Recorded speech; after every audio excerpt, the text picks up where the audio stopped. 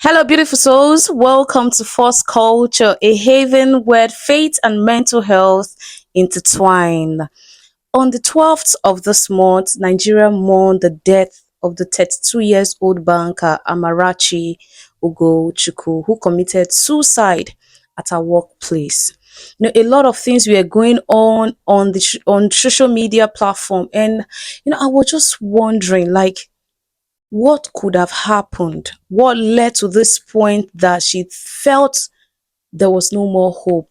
That she was just seeing only darkness, she wasn't seeing light, she wasn't seeing any hope of coming out of whatever situation she found herself. And when I read the note about hardship, she can't go on, things are getting worse, she's not seeing hope. She's not even seeing light at all. Apologizing to her mom, begging God for forgiveness. A lot of people were just talking, and so many thoughts were going on in my head. Like, how did she get to the point of this total darkness that she could not see light? How come there was nobody for her to confide on in her family? I guess she has friends. Nobody she could trust at her workplace. And what could have been the problem? So many things were just, I couldn't wrap my head around it. I get she's a Christian. With the look of things, nobody in our church for her to also communicate or pour out all what she was going through, because I guess this is a mental health issue that has lingered for so long. Suicide is not just something you just come up with and just say, okay, just come up now, let me just take my life. No, it's something that has accumulated, has been coming. She has been brooding on it before she finally executed it. And I was just like, the year is so young, so promising. There's just so many things that 2024 has to offer to as many people that believe in it and work towards achieving their goals, and just keep hope alive and keep believing. So what's my message out of all this whole story of Amarachi? I want to tell you, who is also going through what she has gone through, you need to come out and talk to people.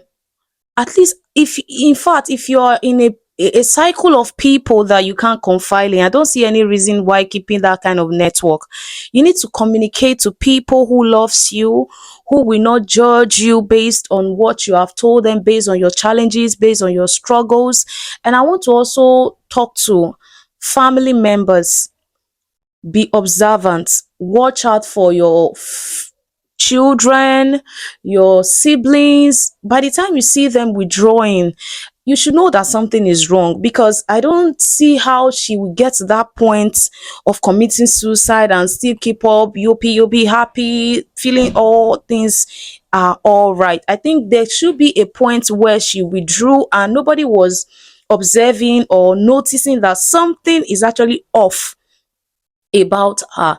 And for you who is so judgmental, you who doesn't listen before speaking, you might also be the reason why so many people are not talking, because the feeling of, if I tell this person now, he go cast am, he will judge me, he will tell me this, he will tell me that no, come on. No, you have to deliberately tell yourself to listen more when people talk to you, because you don't know what people are going through.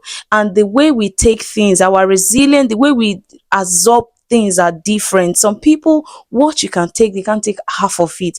So you just have to listen, see things from other people's perspective. Mental health is real. It's not a joke.